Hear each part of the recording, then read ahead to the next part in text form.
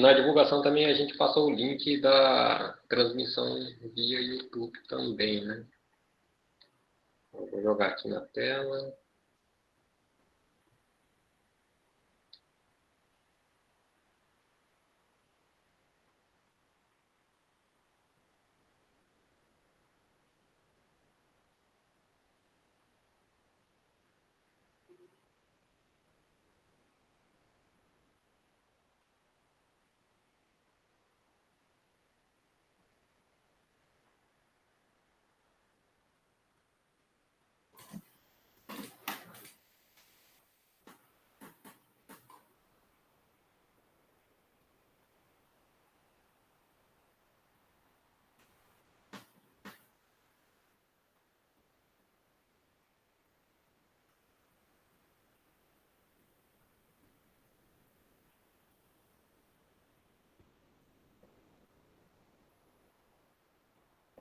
Marcos, é porque, na realidade, tem um curso que a gente fez de geomecânica bem completo, né? Aí, com os webinários, a gente pretende fazer um ciclo completo de informações, né? Se o pessoal quiser, entendeu? Aí os webinários acabam servindo como, vamos dizer assim, complemento do curso, né? Então, tópicos especiais, né? Isso mesmo. Né? Certo. Acho que o Fábio está falando e está mudo, Fábio. Opa, tive um probleminha técnico aqui, desculpa. O computador está reiniciando. Acredito que a gente pode iniciar, né? Tá gravando aqui, depois eu jogo no YouTube. Infelizmente, acho que a transmissão automática talvez não vai dar certo hoje. Podemos iniciar, Marcos? Vontade, à disposição de vocês aí, fica à vontade. Tá certo, então. Então, boa tarde a todos. Primeiramente, muito obrigado aí pela participação e disponibilidade do engenheiro de petróleo Marcos Machado, formado pela UENF, atualmente está na Petrobras. Vai fazer uma apresentação na área de geomecânica, né, com título Investigação de opções de modelagem para simulação numérica de reservatórios fraturados e karstificados.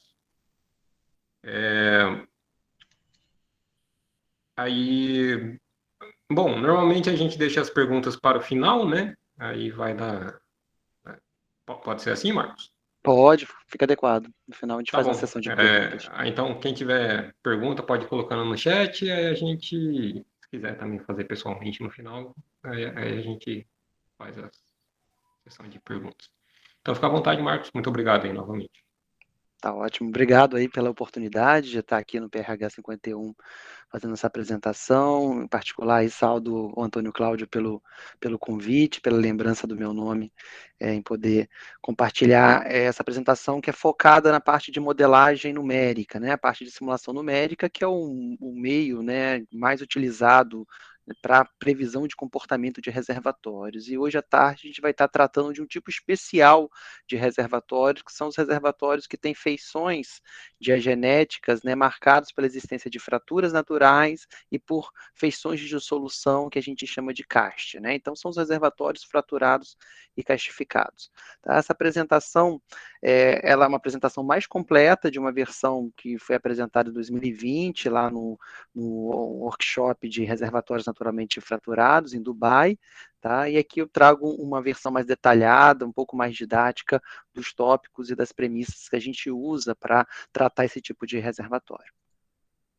Tá? Então, só um pouco antes de entrar na apresentação, só para me apresentar, né, como o professor Fábio falou, meu nome é Marcos Machado, tá? Eu sou engenheiro de petróleo de formação pelo UENF e tenho um doutorado em engenharia de reservatórios, tá? Atualmente, eu estou há 15 anos na Petrobras, né, como engenheiro de petróleo sênior e consultor sênior na área de modelagem de reservatórios de simulação e métodos de recuperação avançada, tá? Além da minha carreira na empresa, eu também tenho uma carreira acadêmica, né? Eu sou há 4 anos membro lá do programa complementar, do quadro complementar do programa de engenharia mecânica, de pós-graduação em engenharia mecânica da PUC-Rio, onde eu ministro a cadeira de engenharia de reservatórios, oriento alunos de mestrados e também trabalho com a graduação em engenharia de petróleo lá da PUC-Rio, dos departamentos de mecânica e civil.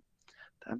Então, Entrando na apresentação, a apresentação tá numa linguagem mista, tá? Alguns slides estão em inglês, outros estão em português, então eu fiz um compilado aqui entre apresentações para público externo e apresentações que a gente faz internamente e trouxe aqui para vocês, tá? Então peço desculpas aí por essa falha de formato, tá? Mas a gente vai dar uma olhada geral na motivação, por que que é importante a gente pensar e tratar esses reservatórios de uma forma diferente.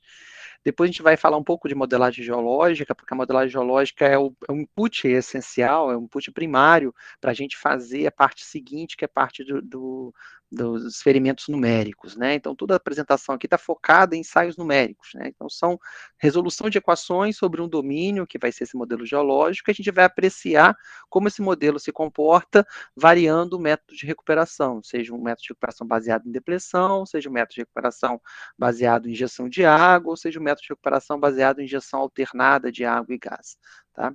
Tudo isso a gente vai fazer com modelo acadêmico, modelo sintético de um afloramento, tá? Em seguida a gente vai dar um exemplo aí de um caso heterogêneo, um caso proxy do que a gente esperaria aí do que acontece no pré-sal, tá? E por fim a gente fecha com as conclusões e abre para as questões, tá?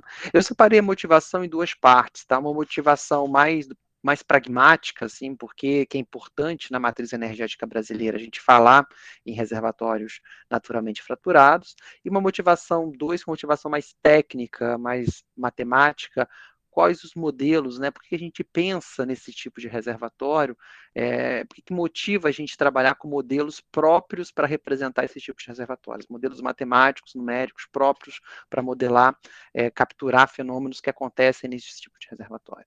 Então, vamos começar na parte 1, aqui na motivação, e a gente não começa dizendo, né, que a importância desse tipo de reservatório fraturado e castificado está aqui hoje, né, para a realidade brasileira, né, a maior parte das reservas e recursos estão localizados na chamada província do pré-sal, né, são reservatórios carbonáticos, né, altamente heterogêneos e com fortes feições pós-diagenéticas, né, pós-deposicionais, né, feições diagenéticas por conta da percolação de fluidos que foi criando ali feições de solução, aproveitando o caminho natural de fraturas que previamente existiam, tá? Essas feições diagenéticas, as fraturas e os castes, elas têm um impacto aí no escoamento que o fluido vai acontecer no interior desse reservatório. Então, se a gente quer elaborar um modelo para representar a dinâmica de escoamento de fluidos nesse meio poroso, é essencial que eu capture a influência desses meios, né, dessas fraturas, desses castes,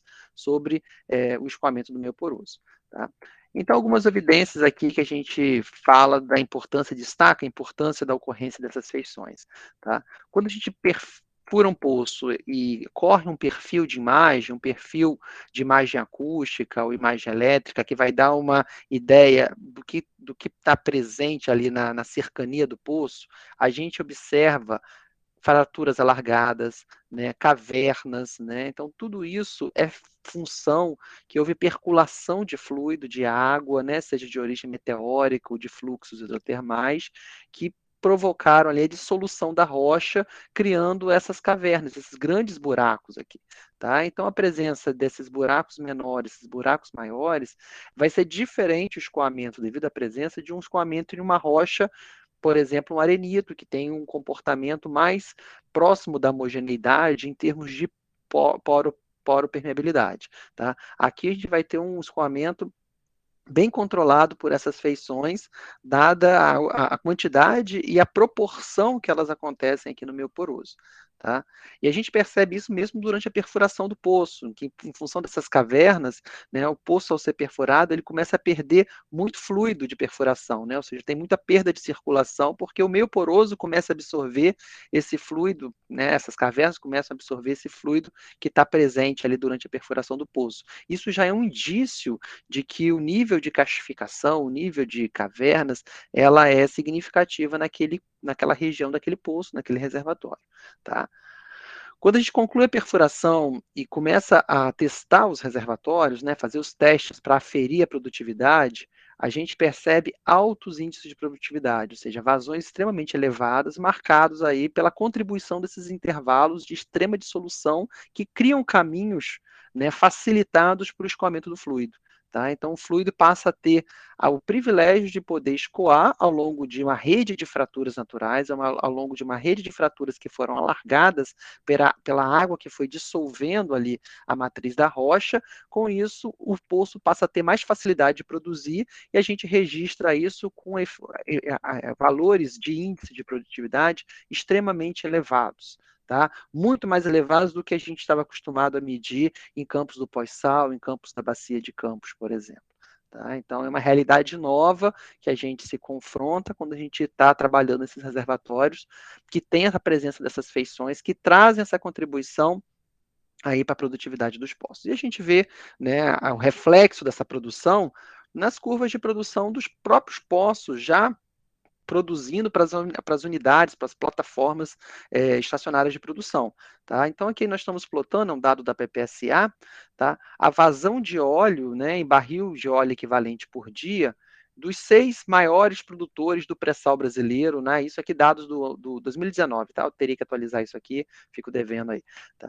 Mas pegando aqui, mas o retrato não muda muito, né? A mensagem não muda. Repare aqui, ó, os 6 maiores produtores, ó, são esses poços aqui, localizados nos campos de Búzios e no campo de Mero, e um localizado no campo de Mero. Os outros são todos do campo de Búzios. Búzios é o maior reservatório offshore do mundo, né?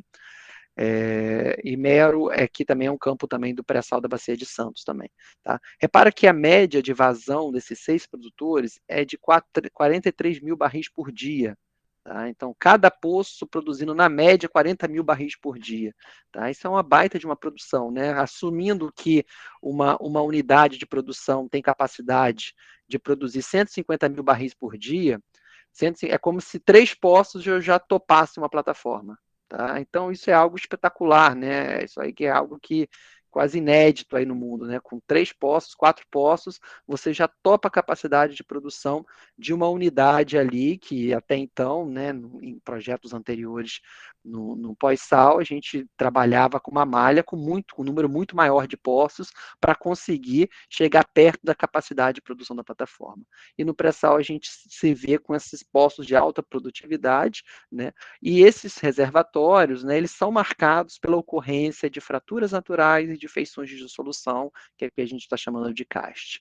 Tá? Então, a presença dessas fraturas, de fato, contribui para a gente verificar e aferir esse nível de produtividade que a gente confere em poços produtores. Então, está mais do que justificado, do ponto de vista pragmático, a importância da gente estudar, da gente se debruçar sobre o entendimento e a modelagem desse tipo de feição.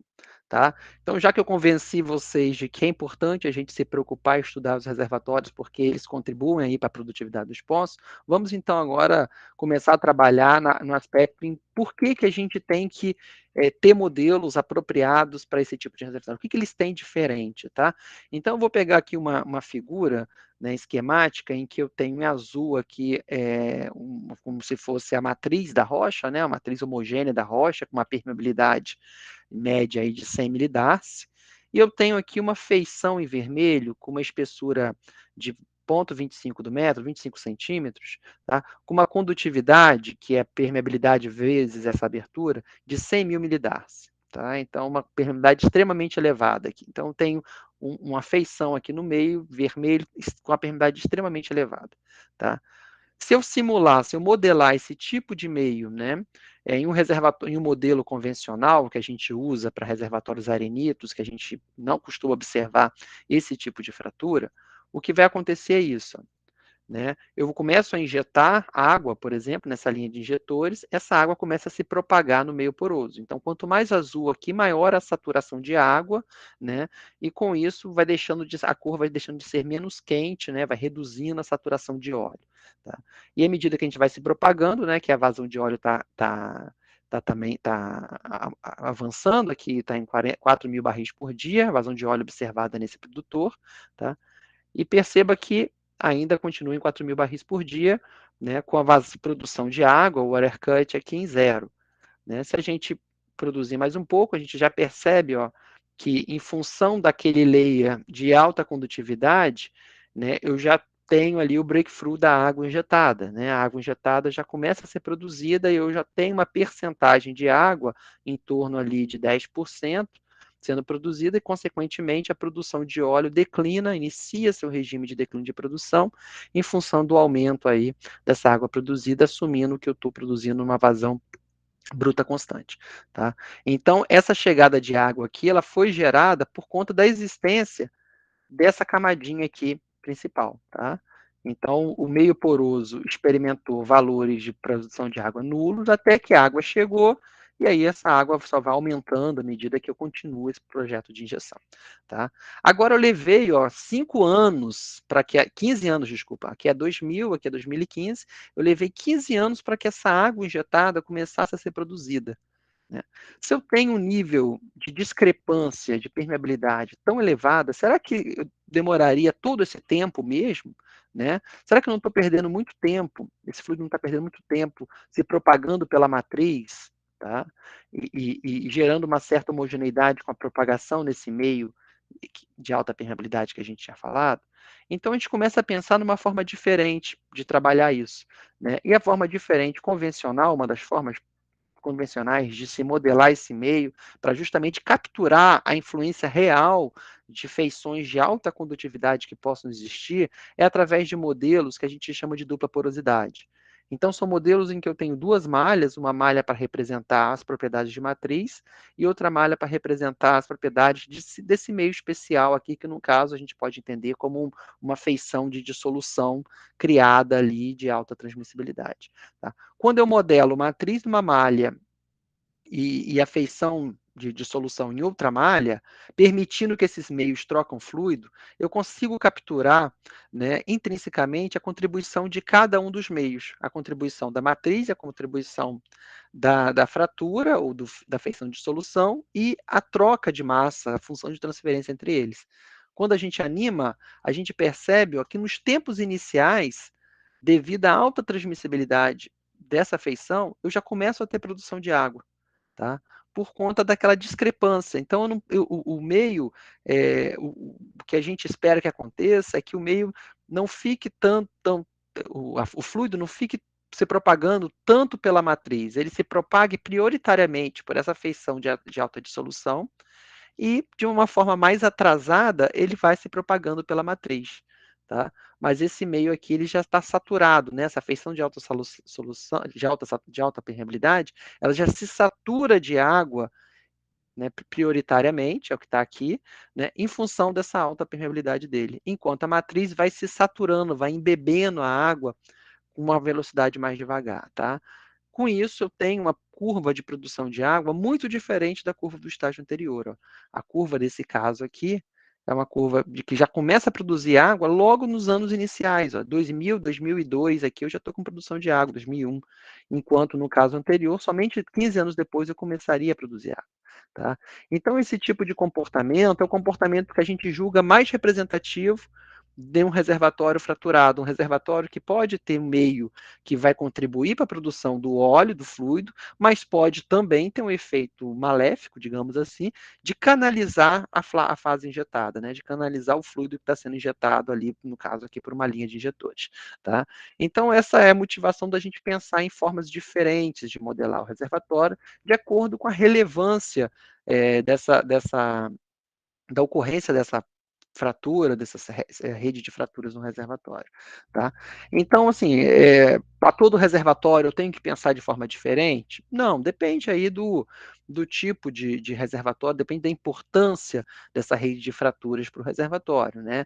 Então, vou utilizar aqui uma classificação de tipos de reservatórios fraturados, clássica, publicada pelo Ronald Nelson, em 2001, que ele classifica os reservatórios fraturados em 4 tipos, de acordo com a relevância entre matriz e fratura. Tá? O tipo 1 é aquele que o reservatório é só o sistema de fraturas. Tá? Então, matriz aqui, ó, tem porosidade zero e permeabilidade zero, ou seja, a matriz nem armazena, nem conduz o fluido. O fluido está na fratura e ele é conduzido pela fratura, ou seja, o seu reservatório é a fratura. Tá? Não tem hidrocarburo da matriz. Então, aqui um modelo convencional que represente a fratura, representa bem esse tipo de reservatório. Tá? O tipo 2 é o clássico reservatório fraturado. É aquele reservatório que o fluido está armazenado na matriz da rocha, tá? A matriz aqui, a matriz é a rocha intacta, né?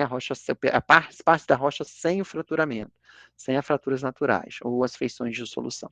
Tá? No entanto, a matriz tem porosidade, tem capacidade de armazenar, mas não tem permeabilidade. Tá? Quem tem permeabilidade é a fratura. Então, o modelo é o seguinte: a matriz satura, está saturada de óleo, esse óleo é transmitido, né, a matriz transmite, né, transfere, melhor dizendo, transfere esse óleo para a fratura, e a fratura ajuda no escoamento do óleo. Tá? Então, a fratura é que provê permeabilidade para o escoamento do óleo. Tá? Então, a matriz armazena e a fratura conduz. Esse é o modelo clássico. Então, esse tipo de modelo justifica aquela abordagem de dupla porosidade que eu falei. Né? Uma abordagem que eu tenho uma matriz de alta porosidade e baixa permeabilidade e uma fratura de altíssima permeabilidade, tá? Para conduzir esse fluido que se transfere da matriz para a fratura. Então, você representar esses dois meios no único grid vai gerar um comportamento homogêneo que vai retardar a chegada de água, por exemplo, em um reservatório submetido à injeção de água. Então, a forma mais adequada é trabalhar isso com grids diferentes, cada grid capturando as propriedades de cada meio. Um grid para capturar a matriz e outro grid para capturar a fratura. Tá? O tipo 3 é algo na mesma linha, tá? Aqui a fratura também tem porosidade e a matriz também tem permeabilidade. Então, o fluido ele está em ambos os meios e ambos os meios têm condições de conduzir o fluido. E o tipo 4 é um caso bem específico, né, que são as fraturas que estão alinhadas a grandes falhamentos principais aqui do meio e cria uma anisotropia de fluxo no reservatório. Né? Então, o fluxo vai se dar ao longo da fratura devido às grandes proporções que ela tem se alinhando aí ao fraturamento. Então, o fluxo ele não vai ocorrer tanto numa direção transversal, o fluxo vai ocorrer longitudinal aqui a esses falhamentos. Então, se eu colocar um poço injetor aqui, um poço produtor aqui, a água injetada nesse ponto, ela vai rapidamente atingir ali o produtor e ser produzida, e o varrido esperado é muito pequeno. Então, uma forma eficiente de drenar esse reservatório é colocar um injetor aqui na matriz, um produtor aqui na matriz, e aproveitar essa heterogeneidade para ganho de varrido, né? Porque a água vem, começa a se propagar ao longo desse set de fraturas, e nisso ela vai gerando varrido aí, que vai canalizando o óleo para o poço produtor localizado na outra quina, tá? Então também é um tipo aí. Tá? Então esses são os tipos de reservatório, a gente pode cruzar os tipos de reservatório com os tipos de modelo. Né? Então, a gente tem vários modelos na literatura, né? Modelos em que a gente representa no mesmo grid, usando refinamento local, modelos em que a gente usa as curvas de permeabilidade relativa para tentar emular o papel das fraturas, modelos mais modernos em que a gente modela para um grid à parte, né, o papel das fraturas e faz o cômputo de transmissibilidade para definição da comunicação da fratura com a matriz, ou os modelos de dupla porosidade e dupla permeabilidade, que foram os modelos que eu escolhi para desenvolver esse trabalho. Tá? Então, toda essa introdução é para justificar a escolha desses modelos, que vão ter dois grids, um grid de matriz, um grid de fratura. Cada grid tem suas próprias propriedades, e esses grids têm troca de massa entre eles. Tá? Deixa eu ver aqui. Exatamente isso aqui. Tá? Eu tenho duas malhas superpostas, né, nesse tipo de modelo. Uma malha para representar a fratura, uma malha para representar a matriz. Ó. Eu tenho troca, né, as células de fratura trocam massa entre si, as células de matriz trocam massa entre si, e as células de matriz e fratura trocam massa de um meio para o outro. Né? Eu tenho uma transferência aí para contabilizar o fluido de um meio para o outro. Tá? E esses meios eles são populados com propriedades próprias, tá? Com porosidade de matriz, com permeabilidade de matriz, com porosidade de fratura, permeabilidade de fratura, e com um termo aqui, um termo alfa, que é um fator de forma, que vai regular essa transferência. Essa transferência de massa entre os dois meios vai ser regulado pela propriedade da matriz, pela permeabilidade da matriz, pela diferença de pressão entre os meios e por esse fator de forma aqui, que vai dar uma ideia de quão fraturado a célula é. Tá? Quão fraturado a célula que eu estou modelando ali, ela vai ser. Então, eu posso ter regiões mais fraturadas, de acordo com a geologia ali do meu reservatório, regiões menos fraturadas, aquelas mais fraturadas, elas vão participar, vão trocar mais massa ali com a matriz. Tá? E aqui a gente vai estar resolvendo, numa abordagem Black Oil, as incógnitas clássicas, que são a pressão de cada fase em cada um dos meios e a saturação de cada fase também em cada um dos meios. Tá bom? Então, a gente vai escolher esse tipo de modelos, modelos de dupla porosidade, são assim chamados, tá? Dupla porosidade, no caso ali, dupla permeabilidade. Dupla porque eu vou ter 2 sets de porosidade e permeabilidade, um para matriz e outro para fratura, tá? Por isso que justifica o meio, tá? E a gente modela isso da seguinte forma, né? A formulação vê o modelo fraturado de uma forma equivalente, né? Em que eu tenho blocos de matriz, né? Cercados aí por fraturas, tá? Então, isso aqui é uma abordagem clássica aqui de um reservatório. A gente pode expandir esse meio, né? Aqui como feito por Munk e Papai, no próprio trabalho inaugural de proposição do modelo de dupla porosidade, a gente vê essa extensão que associa os blocos de matriz já com uma porosidade vulgular. Tá? Então, aqui eu já tenho uma porosidade vulgular, que já é uma marca, né? O VUG já é uma feição de dissolução, já é um tipo de castificação. Tá? Então, eu tenho aqui um meio que representa a contribuição da matriz, enriquecida pela presença dos VUGs, e outro meio que vai contabilizar aí a contribuição das fraturas. Tá bom?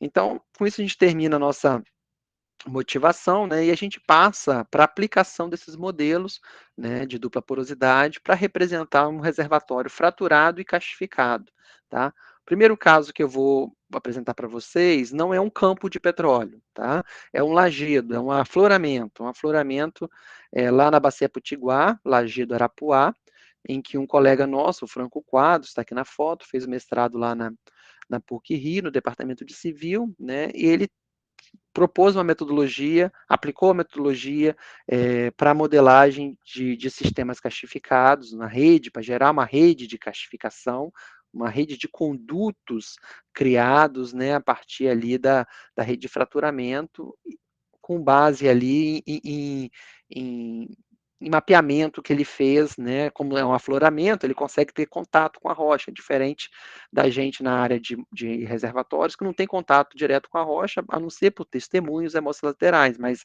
a rocha como um todo, a gente só tem contato indireto, né, a partir dos dados pontuais que a gente extrapola e correlaciona com sísmica, com relação de poços, etc. Tá? Mas no afloramento, não, você tem a oportunidade real de estar cara a cara com a rocha, de medir a atitude das camadas, abertura das fraturas, densidade de fraturas, espessura, né? E com isso ele conseguiu fazer um modelo que caracteriza esses 3 meios, né? Matriz, a rede de fraturas, que são essas aberturas que existem, e os caixes, que são esses condutos que a água foi criando, que a água percolou, né, e foi criando aí no meio poroso, né? Algum desses condutos, eles aproveitam a própria rede de fraturas, que é prévio, que foi formado prévio por uma questão tectônica, né, ou de peso diferencial, que foi, então, aproveitou essa rede de fraturas, a água começou a percolar por aquele caminho que previamente existia, e começou a largar esses caminhos, né, já que aqui a gente está trabalhando aqui com calcário, né, um limestone. E aí reage com a água, então cria esses caminhos, ampliando esses caminhos que existiam e criando novos caminhos, e no final das contas a gente vai ter uma rede de condutos criado ali no meio poroso, tá? Saturados por fluido, que certamente vão exercer um papel essencial aí na dinâmica de escoamento quando a gente está injetando uma fase para deslocar esse fluido. Tá? A gente elaborou internamente um plugin house, né, para capturar esses produtos na modelagem dele, transformar isso em um modelo geocelular para poder usar a parte de simulação numérica, que é a minha parte aí, e a gente começou a trabalhar na combinação desses meios, né? Primeiramente, tentando representar todo mundo em um único meio, né? Quando eu falo aqui um φ, um K, é um único meio que tem uma única distribuição de porosidade, uma única distribuição de permeabilidade, tá? Quando eu falo um φ, um K, não quer dizer que eu tenho uma porosidade constante, uma permeabilidade constante para representar todo o meio, não. Mas sim, eu tenho uma única distribuição de porosidade, uma única distribuição de permeabilidade, em um único grid que tenta capturar a matriz sobre a influência de fraturas e sobre a influência de caixas. Tá? Agora, versus essa abordagem, eu teria a abordagem 2φ2K, dupla porosidade e dupla permeabilidade, que nós falamos previamente, em que eu tenho uma possibilidade de um grid para a matriz e um grid para a fratura para popular esse modelo de dupla porosidade. Tá? Aí aqui tem duas formas de a gente representar. Né? Tem uma forma em que eu tenho aqui a matriz e eu associo os condutos de castificação às fraturas, tá bom? No grid de fratura. Então, reparem que eu tenho 3 elementos, né? Eu tenho um elemento com as propriedades da matriz, eu tenho, lembra do produto dele, né? O produto dele, ó, nós temos 3 produtos de modelagem: matriz, fratura e caste. Então, rigorosamente, eu teria que ter um modelo de tripla porosidade, mas isso ainda não está ainda implementado com eficiência, né, nos simuladores aí que a gente utiliza.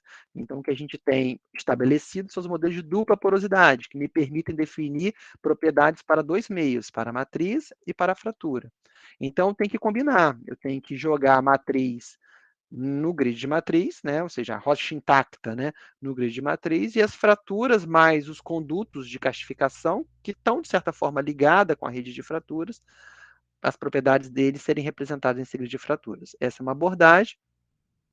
Outra abordagem é representar todo o castificação, seja ele difuso, vulgular, mais os condutos na matriz, e deixar o grid de fratura somente dedicado ali às próprias fraturas. Tá? Então, a gente quer justamente comparar. Tá? A proposta desse trabalho é uma análise comparativa. Eu não sei qual a verdade, e talvez eu nunca vá saber, mas eu sei assim, se os modelos que a gente tem disponível, eles dão resultados díspares ou não. E quando essa disparidade se torna mais efetiva, né? Quanto que esses modelos começam a divergir mais de comportamento. Tá? Porque se todos derem a mesma resposta, eu deixo de me preocupar, e aí eu posso até utilizar o modelo 1K, já assumindo que ele captura bem os fenômenos que eu quero representar.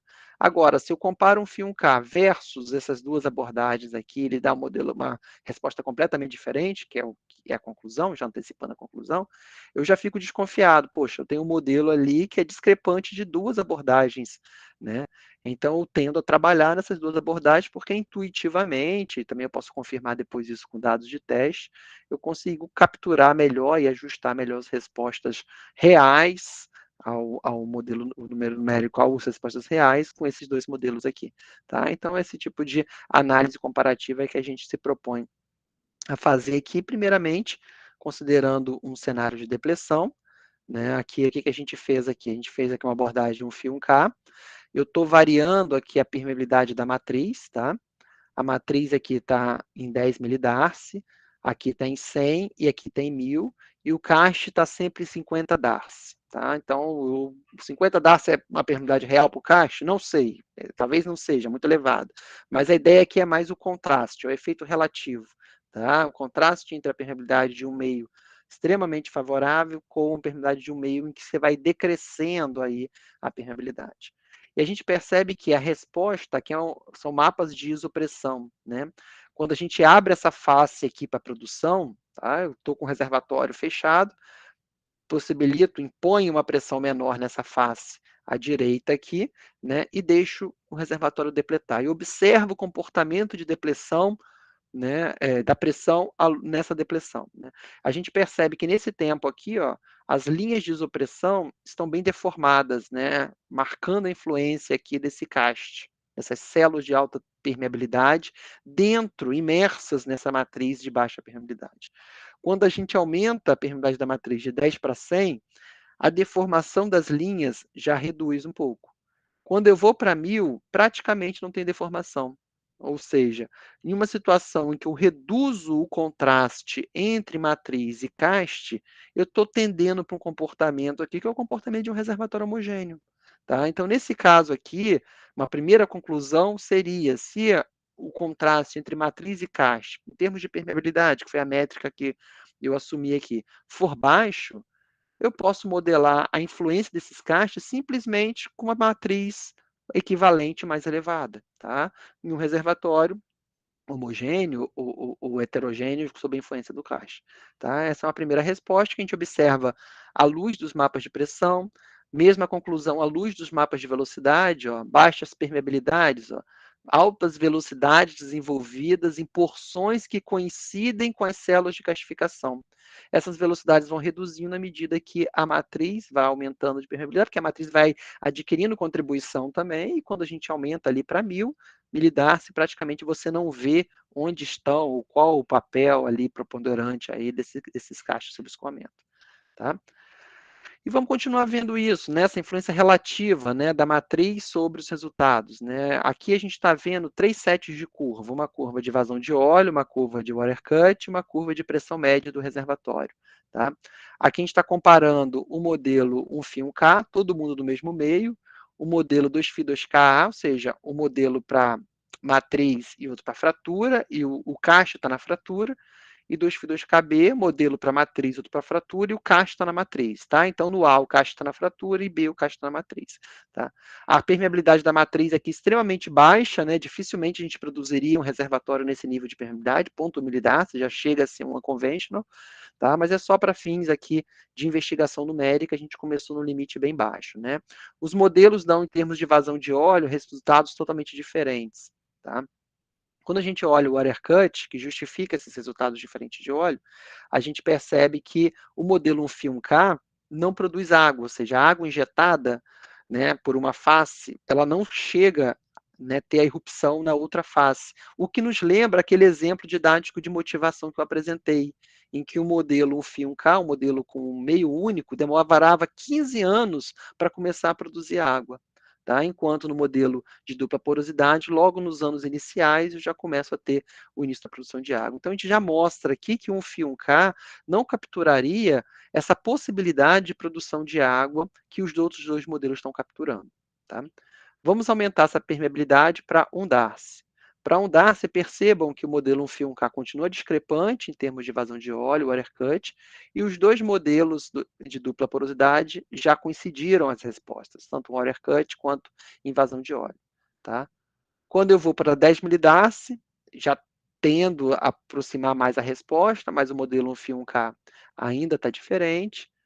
Para 100 já estão bem próximos, né? E para 1000 todo mundo igual, não produz água, matriz super boa, tá? Então isso aqui já nos leva a crer que o modelo 1Φ1K, ele tem um comportamento anômalo comparado com as duas outras abordagens. Então a gente tira duas conclusões, né? O modelo 1Φ1K ele pode não ser adequado para capturar aí a influência desses meios na condução das fases injetadas, tá? E o modelo 2Φ2K, independendo de onde você define o cache, seja no grid de matriz, seja no grid da fratura, ele tende a te propiciar as mesmas respostas, tá? Então, o que nos dá aí uma tranquilidade. Então, seria a recomendação técnica de modelagem é utilizar o modelo 2Φ2K para representar esse tipo de fenômeno, tá? Ficando a cargo das equipes de modelagem, onde associar aí os caixas condutos aos grids, tá?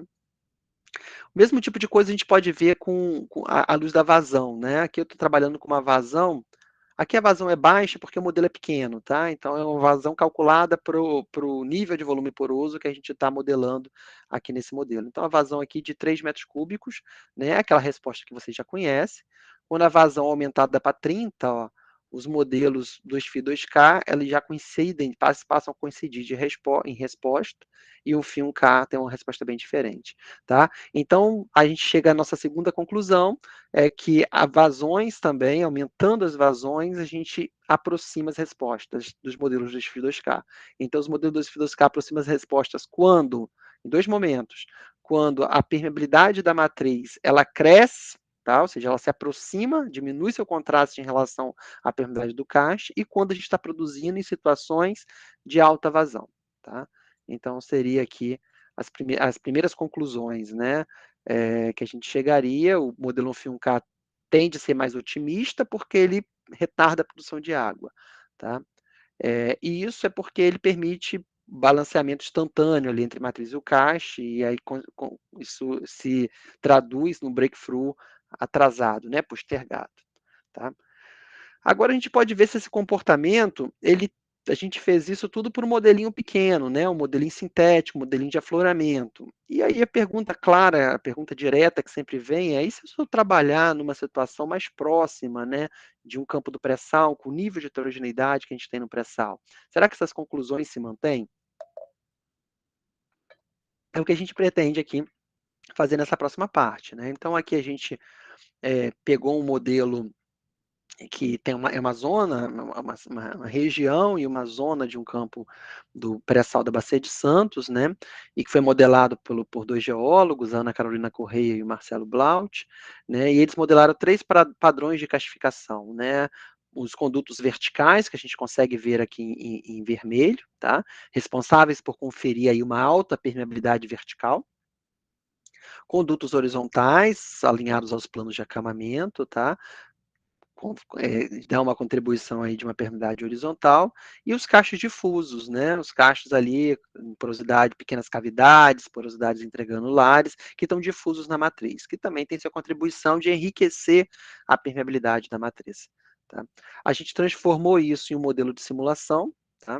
Aqui é um modelo de simulação visto em diversas escalas, capturando uma escala muito grossa, em 100 por 100 não capturaria, tá? A gente trabalhou nesse nível de escala aqui. Tá? Aqui é a distribuição de porosidade nos 3 níveis de escala, mostrando que o upscaling está adequado nessas mudanças. E a gente fez os mesmos tipos de investigação numérica. Né? A gente comparou, por exemplo, considerando o método de recuperação por injeção de água, uma abordagem 1φ1K, uma abordagem 1φ1Ka, em que a fratura está aqui, em que o cacho está aqui no grid de fratura, né? Aqui em cima nós temos o grid de matriz, aqui embaixo nós temos o grid de fratura, o grid de matriz somente com propriedades de matriz, nessa abordagem A, e o grid de fratura conciliando propriedades de matriz e de cacho. E uma abordagem B, em que a matriz eu adiciono o cache. Então, comparem essa matriz com a matriz do lado, né? Aqui é o mapa de permeabilidade. A permeabilidade aqui está bem azul. Azul é a permeabilidade baixa, porque só tem uma matriz. Quando eu coloco o cache conduto junto à matriz, ó, já começa a aparecer uns vermelhos, marcando aí altas permeabilidades, altas contribuições desses meios, tá? E a fratura ficaria somente com grid de fratura, menos populada do que antes, porque os elementos de cache passaram para cima, tá bom? O contraste médio aqui, né, quando a gente faz o A, o contraste de 1 para 50, tá? O contraste de permeabilidade, ou seja, o caste, o meio de fratura, é 50 vezes mais condutivo que a matriz. Tá? E aqui são as análises que a gente fez, né, comparando o φ1K, 2φ2K, 2φ2KB, né, numa situação de baixa vazão, os modelos dão respostas bem diferentes, em termos de produção de água, os 2φ2K, que é o amarelo e o verde, também dão respostas diferentes. Quando a gente vai para vazões mais elevadas, vazões de 1000, né, dobrando a vazão, as respostas se aproximam. Quando a gente vai para altíssimas vazões, aí as respostas são praticamente iguais. Tá? Então, isso nos daria aí aquela percepção, né, que o baixo contraste, ou o menor contraste, melhor dizendo, associado com altas vazões, elas nos aproximariam, né, as respostas das abordagens numéricas se aproximariam, sobretudo as abordagens de dupla porosidade. Tá? A gente pode tentar quantificar isso, né, aqui eu tentei quantificar através de um número adimensional, número gravitacional, que relaciona aí a razão de forças gravitacionais e forças viscosas, e o que a gente percebe é que quando a gente aumenta a vazão, o que a gente está fazendo? Está aumentando as forças viscosas, está aumentando a velocidade, consequentemente está reduzindo aqui o número capilar, tá? Então, quando a gente aproxima o número gravitacional, né, a resposta dos modelos, elas estão se aproximando. Então, modelos com o mesmo número gravitacional tendem a respostas próximas, né? Essa seria aí uma forma da gente poder padronizar ou gerar um indicador para nos dizer o quão distante estariam as abordagens antes de simular, somente contabilizando propriedades médias ali de cada um dos meios. Tá? E aí, seguindo para as conclusões, né, principais conclusões que a gente obtém aqui, né, primeiro em relação ao contraste matriz-cast, né, então para um contraste maior do que 1000, ou seja, 1 para 1000, ou seja, o cast 1000 vezes maior do que de permeabilidade, com permeabilidade maior que da matriz, a influência dos castes, ela foi expressada, a presença dos castes, né, ela se expressou por uma baixa eficiência de varrido da matriz, né, ou seja, como a permeabilidade da matriz a matriz tem uma permeabilidade muito baixa e o cache tem uma permeabilidade muito alta, ao injetar fluido, o fluido vai essencialmente pelas células do cache, varrendo pouco a matriz. Então, a recuperação advinda desse tipo de situação é muito baixa. Tá? No entanto, quando esse contraste é diminuído, né, pressão e velocidade tendem para a resposta de um comportamento homogêneo, né, com o meio, com o fluido se difundindo ali ao longo de todo o reservatório. Tá? Agora, indo para a investigação entre o balanço entre forças viscosas e capilares, né? A gente percebeu que a associação dos três meios, né, matriz, fratura e caixa, em um mesmo grid, um fio K, ela tende, em geral, a gerar respostas mais otimistas, porque ela retarda o início da produção de água. Tá? Quando o contraste entre a permeabilidade da matriz e do caixa é diminuído, tá? Então, as opções de modelagem, elas são distintas, né? Ou seja, se eu definir o caixa na matriz ou na fratura, as respostas são iguais, né? Podendo escolher qualquer uma das abordagens utilizando o modelo 2φ2k para representar. E essa similaridade ela é reforçada quando eu opero a altas vazões, né? Com predomínio de forças viscosas. Tá? Então, para situações de baixo contraste, matriz e caixa, e altas taxas de vazão, altas taxas de produção e injeção, os resultados das abordagens dos φ2k eles tendem a ser a mesma, independendo se eu incorporo o caixa na matriz ou se eu incorporo o caixa no grid de fratura. Tá? Mostrando que o modelo 2φ2k ele pode ser, então, ampliado para representar situações com três meios. Né? Eu posso conciliar esse meio de caixa com a matriz e com a fratura, utilizando um tipo de modelagem que permite eu ter dois meios para simular o escoamento entre as fases aí e a troca de massa entre essas duas fases. Tá? Então, esse é um tipo de situação, um tipo de trabalho aí comparativo que é muito prática para nós que trabalhamos com desenvolvimento de campo e nos apoiamos em ferramentas numéricas, em soluções numéricas, para gerar as previsões de comportamento de reservatório. Então, a gente tem aqui 3 produtos de modelagem e tem um modelo numérico e consegue capturar, o trabalho vai exatamente nessa linha, né? O modelo numérico que tem capacidade de incorporar essas 3 fases e permite que a gente considere essas feições e sua influência sobre a dinâmica de escoamento de fluidos, tá? Essa seria a mensagem principal aqui, tá? Eu concluo aqui, fico aberto aí a questões aí. Muito obrigado, Marcos, pela apresentação, muito interessante. Passando aqui para perguntas, o Daniel colocou uma no chat, você prefere fazer ela, Daniel? Prefere que eu leia?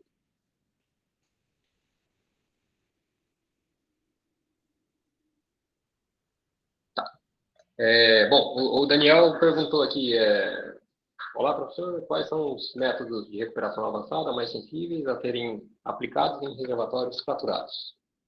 E qual é o impacto do método de Enhanced Oil Recovery selecionado para a produção de sua técnica de modelagem apresentada?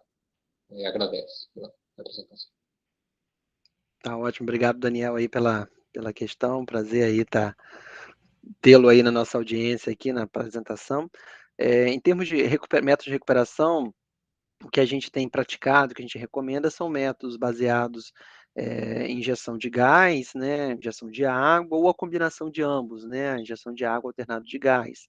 Né? E esses métodos eles podem ser otimizados ainda com produtos de divergência, né, como a injeção de gás assistido por espumas, que tendem a bloquear canais que já estão com a saturação de gás elevada e que para o gás poder divergir para outras porções do reservatório. Então, essa seria a resposta mais completa, né? Então, seriam métodos baseados em injeção de água, injeção de gás e podendo ainda ser auxiliado aí com espuma, né? Que é o FAWAG.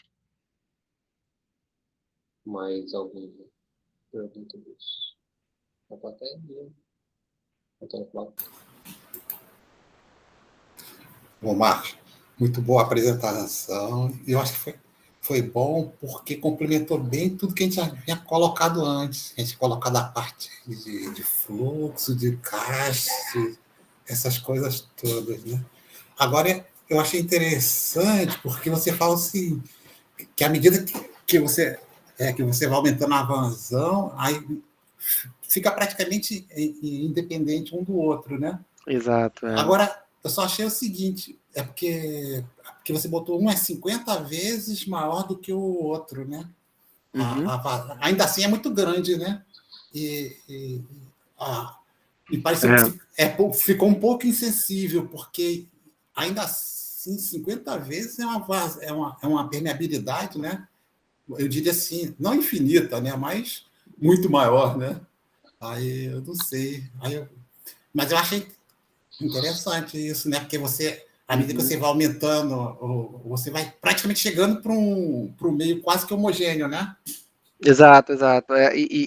Tipo, 50, concordo, Antônio, 50, 100 vezes ainda é elevado, mas nesse valor já satura, né? As respostas estão parecidas, então qualquer valor contraste menor do que esse vai estar mais idêntico ainda. Então, a gente queria justamente capturar, ou seja, o contraste não precisa ser muito baixo para que os modelos tenham capacidade de dar uma resposta parecida, né? Entendi. Não?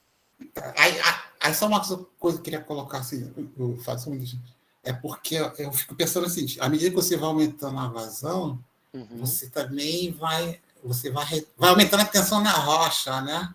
Isso aí é um outro processo que, lógico que junto se você for juntando com a geomecânica, você vai passar a ter um outro problema, né? Que a rocha ela pode estar perdendo permeabilidade e fechando, né? Porque na verdade você está fazendo um processo não é de empurramento, né? Um processo de sucção, né? Se você para aumentar a vazão, você tem que diminuir a pressão no poro, né? Então à medida que você aumenta o drawdown, então se você aumenta o drawdown, você aumenta a sucção. E se você aumenta a sucção, você tende a fechar a rocha.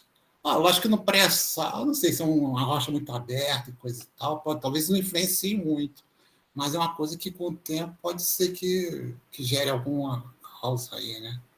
Aí só um comentário. Só. Não, é um comentário super válido aí. Nesse caso aqui, eu não trabalhei com esse tipo de variação de propriedades, né? Eu trabalhei com meio poroso rígido.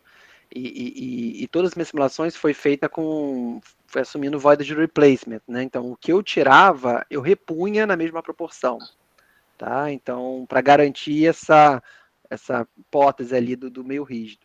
Mas nem sempre a gente consegue, na prática, no dia a dia, operar com voided replacement, né? Porque a injeção pode atrasar, eu posso ter a priorização da produção por opção de projeto, e eu vou gerar um déficit de reposição volumétrica no reservatório, que pode acontecer o que você está falando aí, né? Então, aí eu necessitaria de algum modelo para conseguir capturar essa variação de porosidade e permeabilidade com a variação de pressão, né? E eu estou com uma aluna lá na PUC de mestrado justamente ampliando esse estudo com esse mesmo modelo que eu apresentei, já considerando curvas de pseudoacoplamento, considerando aí um cálculo indireto aí para atualização desses campos. Então, daqui acho que eu vou te chamar para a banca, Antônio. Opa! Já aceitei o convite. Beleza. Você vai gostar. Só mais uma coisinha. Né? É porque, na verdade, a gente aqui na Fluminense, a gente propôs, né? É um estudo assim, um pouco diferente desse, mas nessa mesma linha, né? Que seria a gente fazer tipo, a gente chama de percolação, né? Que aí essas coisas todas a gente pode colocar tudo num grid só e fazer um estudo desse tipo, entendeu?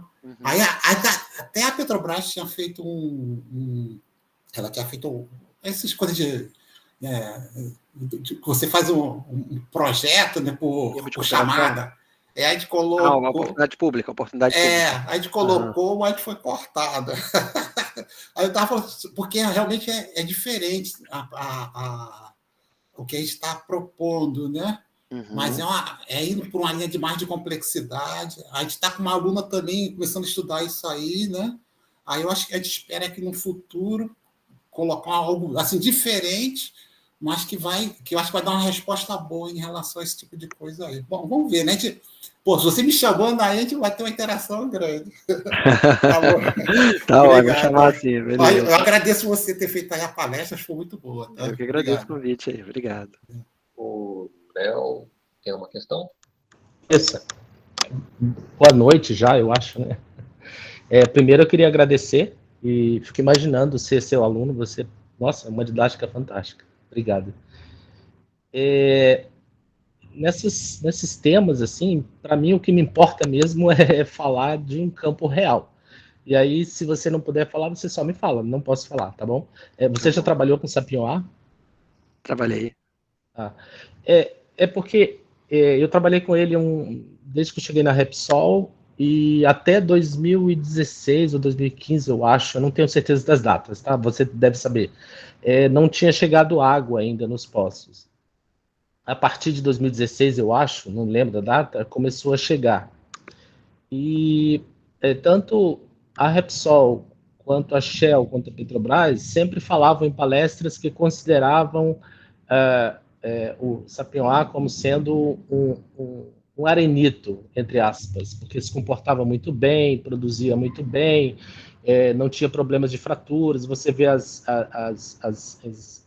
perfis de imagem, não tem tanto VUG, tanta fratura assim, para considerar dupla porosidade, tudo isso. Mas a gente fez um estudo bem detalhado dos perfis de imagem e a formação 210, né, a barra velha 210, é bem fraturada, é onde está o aquífero. Então, assim, eu ficava me perguntando, será que isso não iria influenciar a chegada da água naquela época ainda, né? Aí depois começou a chegar água.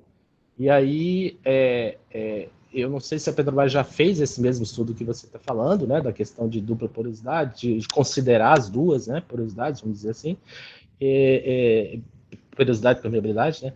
E se isso deu algum resultado, se mostrou por que a água chegou, porque a água que chegou primeiro foi da formação, ainda não era a água da injeção. Então, como é que isso aconteceu, se é que você pode falar, né? Só porque, como eu participo desse campo aqui via Repsol, é sempre interessante discutir esse tema. Mas se não puder falar aqui, a gente pode marcar um outro horário e a gente conversa separadamente só sobre isso. Mas, muito obrigado mesmo pela palestra, e fantástico. Obrigado. Obrigado, Léo. Obrigado aí pela participação, tá? Realmente é um tema mais delicado, né? Que envolve aí aspectos de sigilo, né? Mas é uma resposta genérica, né? Que eu posso te dar, né? A evolução da modelagem dos reservatórios, ela amadurece à medida que a gente vai adquirindo dado dinâmico. E o melhor dado dinâmico é o dado de produção, né? O reservatório mostrando seus indícios de produção de água, chegada de fluidos, né, ou de gás, e o comportamento dinâmico sendo usado para atualização dos modelos. Tá? Então, a gente pode ter uma visão inicial, mas essa visão certamente vai sendo sempre amadurecida à luz disso. Então, que te garanto que os modelos hoje, e sobretudo o Sapinho A, a gente concluiu há pouco aí uma grande revisão lá de modelagem, eles capturam em essência ali os principais fenômenos que a gente tem observado no campo, tá bom? Perfeito, obrigado, é isso aí. Obrigado. Por nada.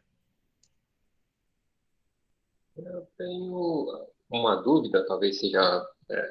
Assim, não é muito minha área essa parte de escoamento meio poroso, mas pelo menos que eu estava passando, dando uma lida rápida no Berg, falava que os gases podem ter uma permeabilidade efetiva menor do que a do líquido, né, para escoamento meio poroso.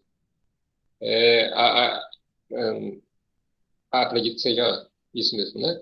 Eu perdi o início, professor, dessa fala. O gás menor que o líquido, que você falou? Isso, a permeabilidade para escoamento em meio poroso, a permeabilidade efetiva, né?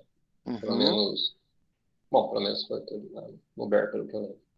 Aí, nesse caso de escoamento multifásico, considerando um EOR WAG, do WAG, né, de Water Alternating Gas, aí teria que combinar 4 matrizes de permeabilidade, 2 para líquido, 2 para gás, considerando a possibilidade de fratura.